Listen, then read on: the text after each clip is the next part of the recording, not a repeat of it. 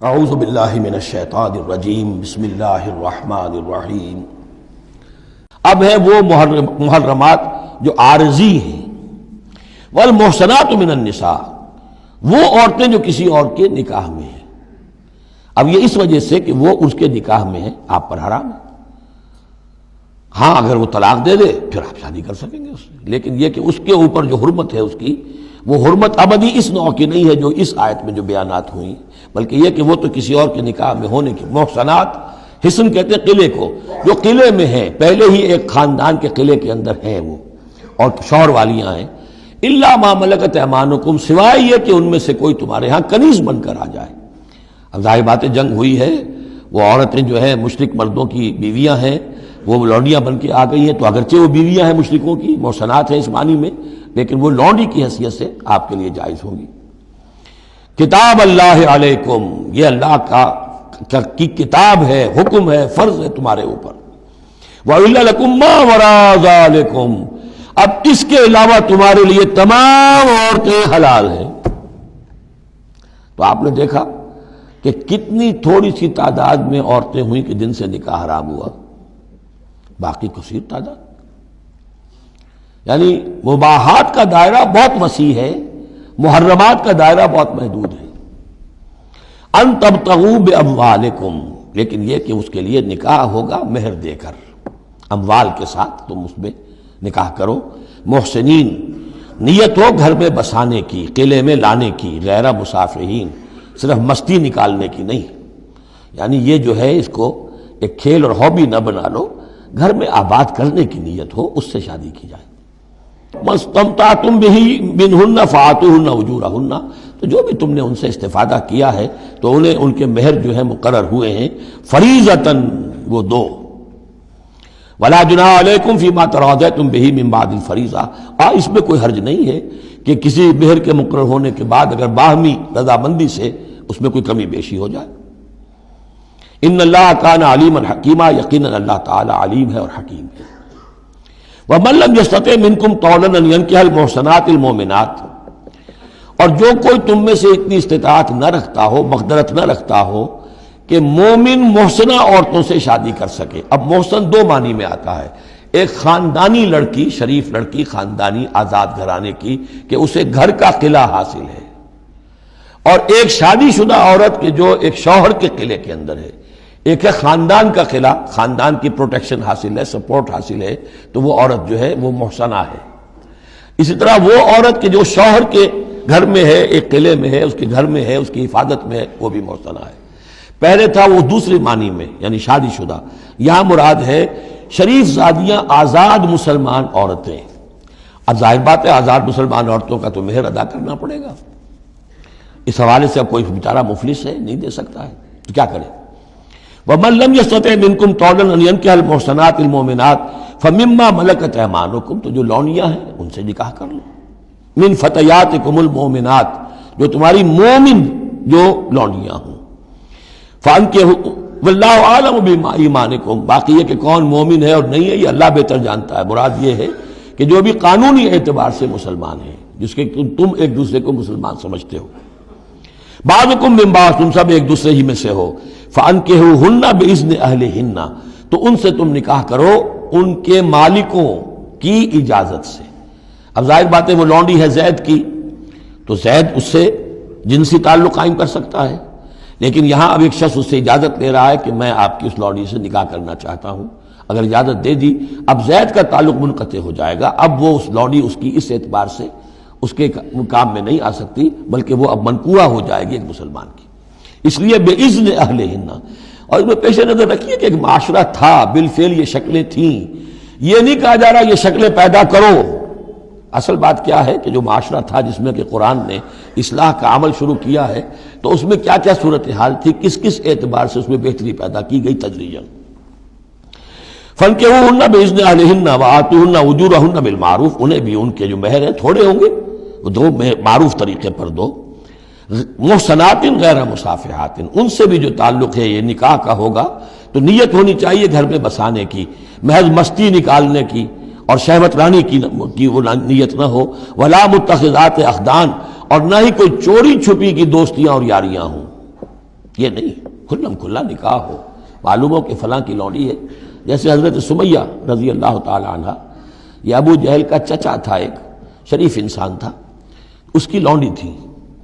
پھر جب یہ یاسر آئے ہیں یمن سے اور آباد ہوئے مکے میں، تو انہوں نے اس کے ابو جہل کے چچا سے اجازت لے کر اور ان کی لونڈی سمیہ سے شادی کی ہے. ان سے پھر حضرت عمار ہوئے، عمار ابن یاسر اور عمار کی والدہ سمیہ رضی اللہ تعالی عنہم، یہ تین کا ایک کنبہ تھا. وہ شریف آدمی مر گیا تو پھر ابو جہل جو ہے اس کو اختیار ہو گیا ان پر. اس نے پھر جو پرسیکیوٹ کیا ہے وہ آپ کو معلوم ہے. اس خاندان کو بدترین جو ایذائیں دی گئی ہیں وہ اس خاندان کو دی گئی.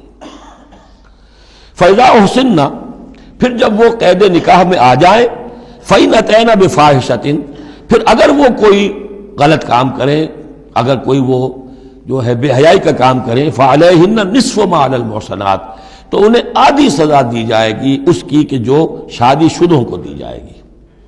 اب یہ جو ہے چونکہ ابتدائی احکامات ہیں، ابھی تک تو رجم کا حکم آیا ہی نہیں ہے، ابھی تک 100 کوڑوں کا حکم بھی نہیں آیا ہے. ابھی تو یہ تھا آزوہما، تو کوئی بھی انہوں نے اپنا طریقہ مقرر کر لیا ہے کہ اتنا کچھ ہم ماریں گے. تو اس میں البتہ ذہن میں رکھا جائے کہ اس میں یہ ہے کہ جو یہ لونڈی ہے منکوحہ، اس کو اگر سزا دینی ہے اسی طرح کے جرم کی، تو اس کی سزا بھی عادی ہوگی.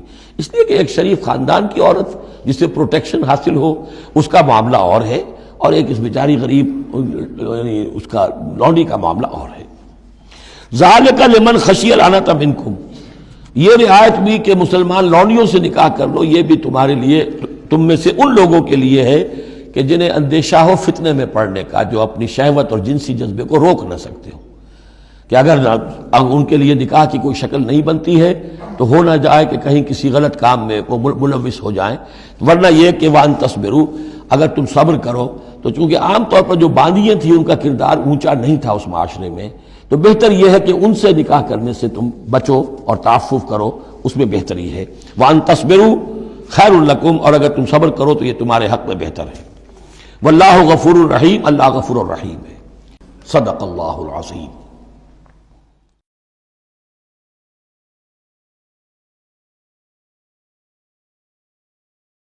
اعوذ باللہ من الشیطان الرجیم، بسم اللہ الرحمن الرحیم.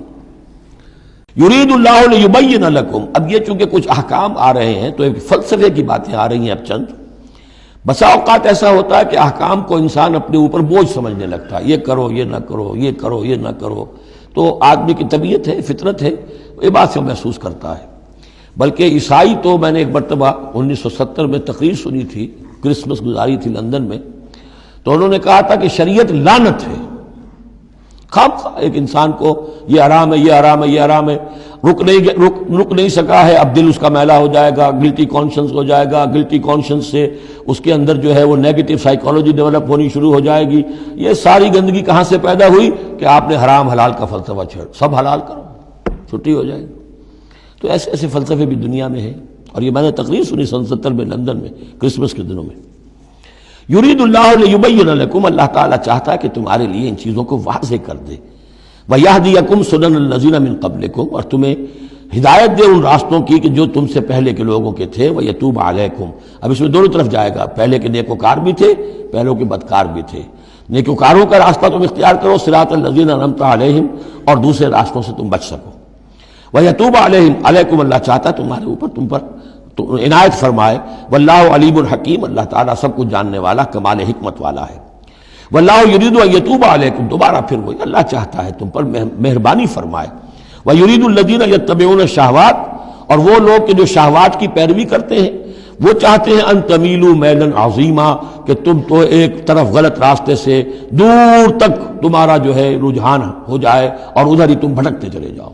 آج جو بھی ہے عورت کی آزادی کی بنیاد پر، ایمانسیپیشن کی بنیاد پر، یہ ساری چیزیں جو ہو رہا ہے، ویمن لب ہے، یہ سب کا سب در حقیقت ان حدود اور قیود کو توڑ کر، اور سارا یہ جنسی جو ہے انارکی پھیلانے کی ایک سازش ہے جو دنیا میں چل رہی ہے.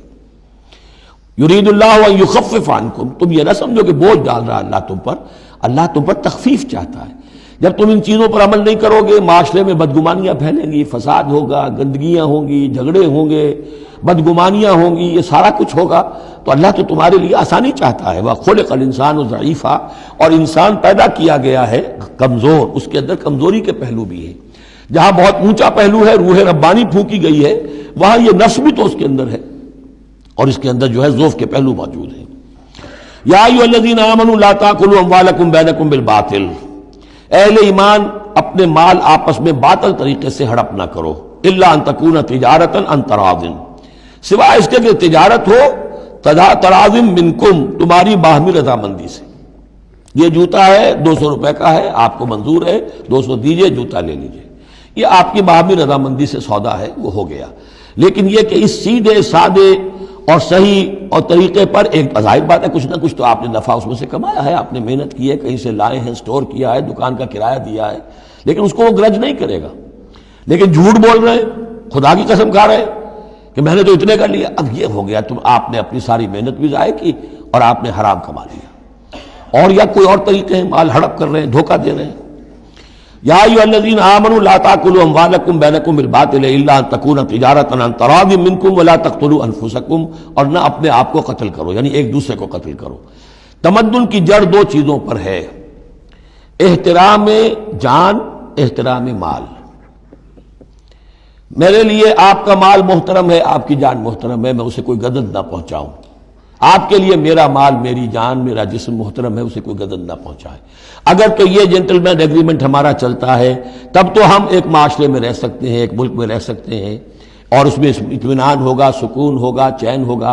اور جہاں یہ دونوں احترام ختم ہو گئے، جان کا نہ مال کا، تو ظاہر بات ہے کہ پھر وہاں سکون کہاں سے آئے گا، اطمینان کہاں سے آئے گا، چین کہاں سے آئے گا۔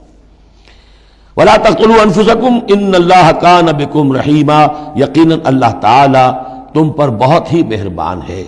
وَمَن يَفْعَلْ ذَلِكَ عُدْوَانًا وَظُلْمًا، اور جو کوئی بھی یہ کام کرے گا، دو کام، چوری اور دھوکہ اور قتل نفس، ظلمًا اور عدوانًا، تعدی کے ساتھ، ظلم کے ساتھ، فَسَوْفَ نُصْلِيهِ نَارًا، تو اسے تو ہم جھونک دیں گے آگ میں، وَكَانَ ذَلِكَ عَلَى اللَّهِ يَسِيرًا، اور یہ چیز اللہ پر بہت آسان ہے۔ یہ نہ سمجھنا کہ کیا اللہ تعالیٰ تمام نوع انسانی کو جہنم میں جھونک دے گا، یہ اللہ کے لیے بہت آسان ہے۔ صدق اللہ العظیم۔